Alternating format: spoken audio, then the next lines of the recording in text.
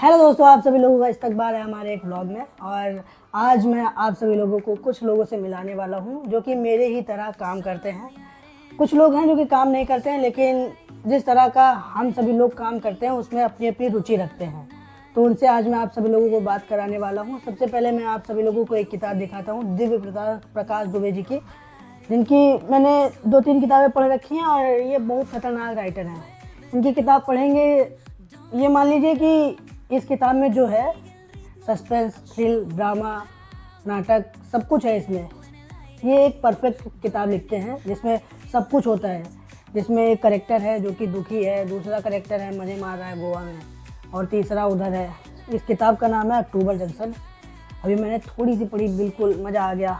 घर जाऊँगा, online order कर दूँगा। और अभी कुछ 5 लोग हैं। भाई नाम बता दीजिए अपना।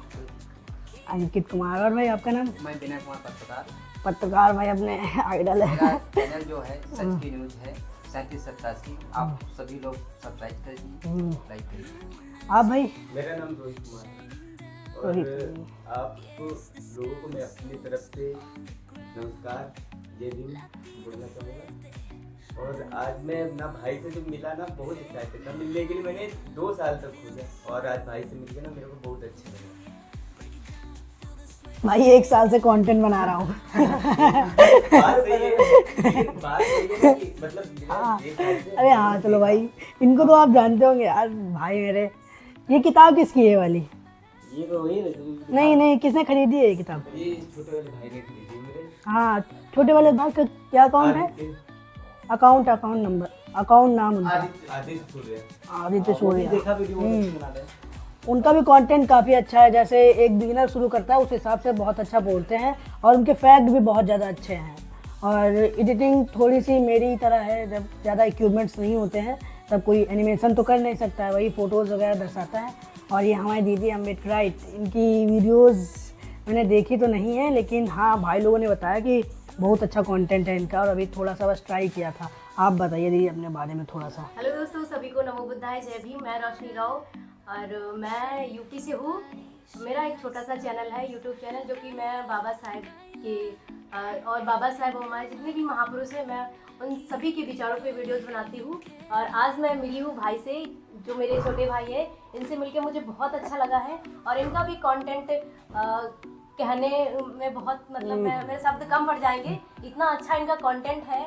और इनसे सभी को सीखना चाहिए अपने महापुरुषों के बारे में, या जो भी सच्चाई आजकल आप सभी देख रहे हैं कि मीडिया वाले जैसे कि है, और या हमारे कुछ ऐसे समाज के लोग हैं जो कि छुपाना चाहते हैं, लेकिन भाई मेरा मुंह खोल के सारी चीज़ें बताता है और बहुत अच्छा कंटेंट है। तो दोस्तों, मैं आप सभी को बहुत दिल से आभार व्यक्त करना चाहती हूँ कि मेरे छोटे से चैनल को जरूर सब्सक्राइब करें। मेरे चैनल का नाम है रोशनी राव 6642।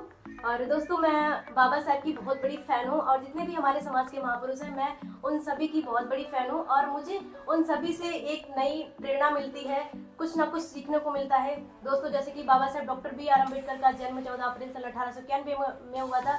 और उनकी जो बीवी थी माता रमाबाई, उन्होंने उनका बहुत साथ दिया है। तो मैं आज की जो जनरेशन है, मैं सभी माताओं से कहना चाहती हूँ, मैं सभी बहनों से कहना चाहती हूँ कि अपने पति का, जैसे कि रमाबाई ने साथ दिया है कदम कदम पे, वैसे आप सभी अपने घर में जितने भी लोग हैं उन सभी से मिल के रहिए और हर एक कदम पे उनका साथ दीजिए। तो बहुत अच्छा आपका घर परिवार सुखी रहेगा। तो अस्मित भाई, बाकी मैं नहीं, जैसे बाबा साहब जी के बारे में आपको ज़्यादा पता है, तो बाबा साहब जी की 4-5 लिखी जो किताब है वो रेकमेंड कर दीजिए, जो मुझे ना पता हो। जैसे अरे भाई, आपको तो हमसे ज़्यादा पता है। नहीं पता की बात, ऑडियंस को रिकमेंड हाँ, कुछ किताबें होती हैं ना जो हाईलाइट नहीं होती हैं, लेकिन बाबा साहब जी ने लिखी हैं और उनके अंदर उनके विचार हैं और उन्होंने क्या खूब लिखा है उसके अंदर। तो कुछ आपको पता हो जो किताब पढ़ी हो आपने उनके बारे में? सबसे पहले तो मैंने कॉन्स्टिट्यूशन पढ़ा है, जो कि वो ऑल इंडिया हमारी फॉलो करती है, और जो नहीं फॉलो करते हैं उनको फॉलो करना चाहिए, क्योंकि भारतीय संविधान एक ऐसी चीज़ है जो कि हम अपने हक और अधिकार के बारे में उस संविधान को पढ़ के जानेंगे। हालांकि संविधान से आज देश चल रहा है, लेकिन संविधान के बारे में अभी कुछ लोग नहीं जानते हैं, जो कि सभी को पढ़ना चाहिए। दूसरी किताब हमारी ज्योतिबा राव फुले जी की है, गुलामगिरी। हाँ, पढ़ी वो बहुत अच्छी बुक है और उसे सभी को पढ़ना चाहिए। और एक साथ किताब है हिंदुस्तान और पाकिस्तान का विभाजन, जो कि doctor B are Ambedkar ji ने लिखी है। बाकी और आप थोड़ी बहुत बता दीजिए। तो देखिए, बाबा साहब जी की सबसे पसंदीदा किताब मेरी थी।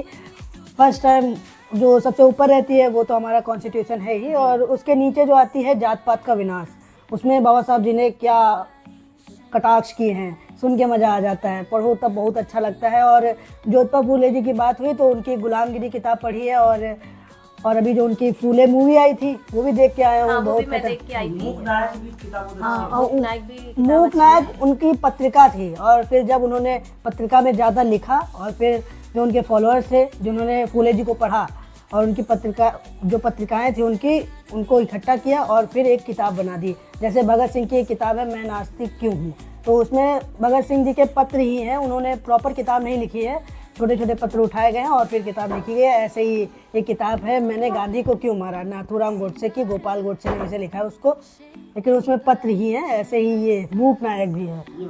हाँ, ये और अभी मैं ये किताब पढ़ रहा हूँ। ये जैसे मैं अभी कुछ दिन पहले गया था मेट्रो स्टेशन, वहाँ पर मैं इस किताब को खोज रहा था, नहीं मिली, और फिर मैंने इंटरनेट पर सर्च किया तो मैंने 3-4 किताबें खरीदी है कि मैं भगत सिंह बोल रहा हूँ, और एक गांधी जी और जिन्ना के बारे में लिखी है। मतलब भगत सिंह जी ने नहीं लिखी है, लेकिन कुछ लोग हैं जिन्होंने भगत सिंह जी को पढ़ा और भगत सिंह जी के बारे में थोड़ी बहुत जानकारी रखते थे, तो उन्होंने किताबें लिखी हैं। बहुत सुंदर किताब है। और इसमें सबसे अच्छा ये लगा कि जैसे कोई लोग होते हैं पढ़ना शुरू करते हैं, वो देखते हैं कि मैं पहला पन्ना पलटिया, दूसरा पन्ना पलटिया, इसमें कोई चित्र नहीं सी, तो ये किताब मेरे लिए नहीं सी। लेकिन इसमें चित्र हैं थोड़े थोड़े, ये नहीं है शायद, कोई और किताब है उसमें फ़ोटोज़ लगी हुई हैं उस मूवमेंट के, जैसे वो प्रोटेस्ट कर रहे थे कोई, और तो पढ़ने में रुचि रहती है। और इधर देखिए ये सारे बुक ये के तो नाम लिखे प्रकाशन हुए का हैं। है। हाँ, ये प्रभात प्रकाशन है। प्रभात प्रकाशन से जितनी भी किताबें पब्लिश हुई हैं वो हुई हैं। जैसे कोई पढ़ रहा है कि मैं भगत सिंह बोल रहा हूँ, तो वो किताब पढ़ी, उसका मन कर रहा है कि ये किताब बहुत अच्छी है, इसके बाद कई और पढ़ी जाए, तो बैक साइड आएगा, यहाँ पर कुछ किताबें रेकमेंड करी गई हैं। ये कौन सी किताब है? अम्बेडकर बोल रहा है, मतलब कि ये वो महापुरुषों का नाम लेकर बताया गया है। मैं कलाम बोल रहा हूँ, मैं अम्बेडकर बोल रहा हूँ, मैं चाणक्य बोल रहा हूँ। अच्छी भाई किताब। मैं 2 लाइन बाबा साहब के लिए एक सॉन्ग के माध्यम से बोल सकती हूँ। बोलो भाई, बोलो।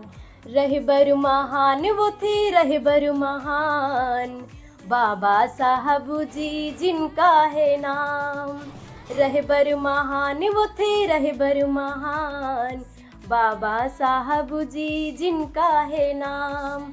बाबा साहब जी जिनका है नाम। साहसी था इंसान वो साहसी लिखारी, लफ्जों में जाए ना महिमा ऊंचारी, हाँ महिमा ऊंचारी। उजड़े बागों में आया बन के गुलफाम, उजड़े बागों में आया बन के गुलफाम। रहबर महान वो थे, रहबर महान, रहबर महान वो थे, रहबर महान बाबा साहब जी जिनका है नाम। जय भीम, जय भारत। ये आपने लिखा है क्या गाना? हाँ जी, मैं ऐसे थोड़ा थोड़ा लिखती हूँ और मैं गाती हूँ। मुझे सिंगिंग की बहुत शौक है, और मुझे बाबा साहब, गौतम बुद्ध, ज्योतिबा फूले जी, इन सभी के बारे में और भी मुझे बहुत सारे गीत याद है। अगर मैं आज चाहे तो मैं थोड़े बहुत और सुना सकती हूँ आपको। आपके साथ किसी पर्सनल वीडियो बनाएंगे, मतलब कि प्रॉपर आप पे वीडियो बनाएंगे।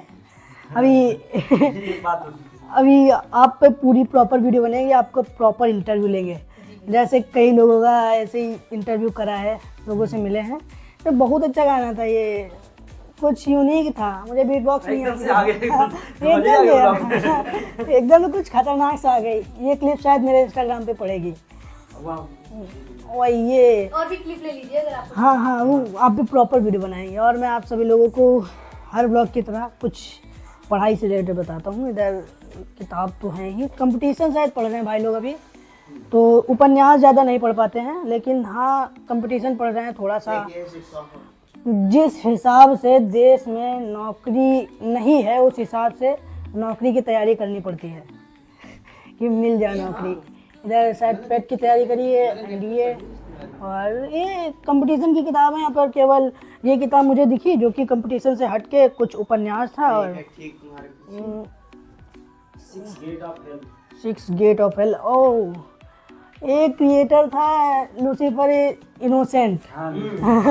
भाई लूसीफर वॉज इनोसेंट कुछ किताब का नाम था। भाई मैंने सोचा कि खरीद लूँ, कुछ फ़ायदा आएगा। अच्छा रहा कि समय रहते बहुत सारे हमारे क्रिएटर्स भाई हैं जिसने इसको एक्सपोज कर दिया, वरना मेरा भाई पैसा बर्बाद हो जाता।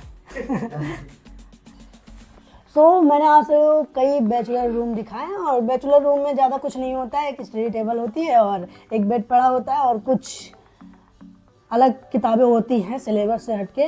और मैं चाहता हूँ कि ऐसा रूम, एक स्टडी रूम हर एक घर में हो, ताकि कई बच्चे होते हैं जो कि पढ़ने में अच्छे होते हैं, वो यहाँ पर पढ़ें, और कई बच्चे होते हैं जिनकी स्किल अच्छी होती है, वो अलग काम करें। लेकिन होना चाहिए, क्योंकि किताबों को पढ़ने के बाद ही इंसान को ज्ञान आता है। जैसे आप ओशो को मान लीजिए, चलिए उनकी पेरेंटिंग अच्छी थी, उनकी दादी थोड़ा खतरनाक विचार की थी, वो भगवान वगैरह को इस अंधविश्वास में नहीं पड़ती थी, तो उनकी पेरेंटिंग अच्छी हुई है। लेकिन आजकल मैं देख रहा हूँ जिस हिसाब से हमारे देश में लोग हैं, माता पिता इतने अंधविश्वास में पड़े हुए हैं कि वो चीज़ वो अपने बच्चों के अंदर भी डालते हैं। जैसे ओशो ने अपने एक प्रवचन में कहा था कि एक शराबी बाप से बहुत ज़्यादा खराब एक अंधविश्वासी माँ है। जैसे शराबी बाप है, शराब पिया मर गया, क्या वो बच्चे को थोड़ी ना सिखा के जाएगा। ये अंधविश्वासी माँ होती ना, ये अपने बच्चे के अंदर डालती है। वैसे ही अगर आपके घर में भी ऐसा कोई है तो वो तो बताएगा ही कि ये व्रत रखो, वो व्रत रखो, लेकिन उसमें दूर हटने के लिए किताबें पढ़ सकते हैं। किताबों को पढ़ने के बाद ही ज्ञान आता है। ओशो ने जब 1000 के आसपास किताबें पढ़ी, तब उनके अंदर कुछ भौतिक विकास हुआ और फिर उन्होंने किताबें पढ़ी, किताबें लिखी, और आज हम उनको रजनीश ओशो के नाम से जानते हैं।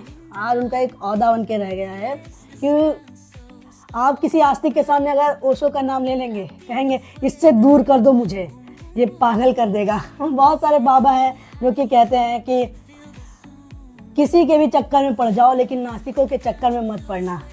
और ओशो कहते हैं मुझे नास्तिकों की ही तो तलाश है।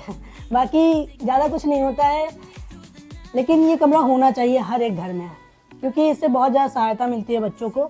और कोशिश रहे कि बच्चे खुद बना लिया करें। कब तक अपने माता पिता पर डिपेंड रहेंगे। थोड़ा सा पैसा मांग लीजिए और फिर बनाइए, क्योंकि आजकल के माता पिता जो कि गांव से जल्दी शहर में आए हैं, उनको इतना समझ नहीं होती है। वो चाहते हैं कि मेरे बच्चे पढ़ें, लेकिन उनको पता नहीं है कि क्या पढ़ें। तो आप थोड़ा इंटरनेट पर जाइए, जो लोग किताबें पढ़ रहे हैं उनसे पूछिए, और ऐसे ही एक छोटा सा कमरा बना लीजिए। बहुत ज़्यादा आपकी मदद करेगा वो, फिर चाहे वो आपके भौतिक विकास के लिए हो या फिर आपके एग्ज़ाम के लिए हो, बहुत ज़्यादा मदद करते हैं ऐसे कमरे। बाकी मैं इस ब्लॉग को यहीं पर ख़त्म करना चाहता हूँ। मेरा इस ब्लॉग देखने के लिए धन्यवाद। भाई शायरी सुनाओ एक सुंदर सी। ज्ञानी बनो, तपस्वी बनो, नेक बनो, सच्चा बनो। ज्ञानी बनो, तपस्वी बनो, नेक बनो, सच्चा बनो, लेकिन तुम्हें भीम जी की कसम है, किसी का चमचा मत बनो, किसी का चमचा मत बनो। ये आपकी है या फिर काशीराम जी की है? ये काशीराम जी की है। काशीराम जी की वो किताब नहीं, चमचा युग। हाँ। ये किताब मेरे पास भी भाई, ये ओशो जी की किताब है, ध्यान सूत्र। और जो लोग किताब नहीं खरीद पाते उनको बता दूं, इसके जितने भी लेक्चर हैं वो ओशो हिंदी नाम का एक YouTube चैनल है, उस पर भी पढ़े हैं। लेकिन अगर आप किताब पढ़ेंगे तो आपको अच्छे से समझ में आएगा, बहुत ज़्यादा मदद मिलेगी। भाई ओशो को पढ़ने से ज़्यादा अगर कोई सुन लेगा ना, तो सुनने से भी बहुत जो आजकल जो दिमाग की बत्ती खुल जाएगी। बस सुन लो ओशो को। अगर आप ओशो को सुनोगे तो 10-15 दिन तो घर वालों से खूब डांट खाओगे कि क्या सुनते रहते हो, पागल हो रहे हो तुम, ये भगवान के खिलाफ बोल रहा है कि किसी एक दलित को किसी मंदिर में नहीं जाना चाहिए। सारे ब्राह्मण अगर पैर भी पड़े फिर भी नहीं जाना चाहिए। तो आसपास के लोग हैं वो सुनेंगे, कहेंगे पागल आदमी है एकदम, तुम भी पागल हो जाओगे। लेकिन आप उन लोगों से अलग हो जाओगे। आप फिर सच को आंखें बंद करके नहीं मानोगे। आप कहोगे सच है, हाँ हम आंखें खोल के जांच लेते हैं कि सच है तो हम मान लेंगे। ओशो को पढ़िए, मज़ा आ जाएगा आप सभी लोगों को। और अभी जो दीदी ने शायरी बोली वो काशीराम जी की मुझे लगी, क्योंकि उनकी एक किताब है चमचा युग, जिसमें उन्होंने उन लोगों के ऊपर कटाक्ष किया है जो कि चमचागिरी करते हैं। और चमचागिरी कौन करते हैं वो आपको पता ही है। बाकी मैं इस ब्लॉग को यहीं पर ख़त्म करना चाहता हूँ। मेरा इस ब्लॉग देखने के लिए धन्यवाद। Thanks for watching. Bye bye, सब खैर।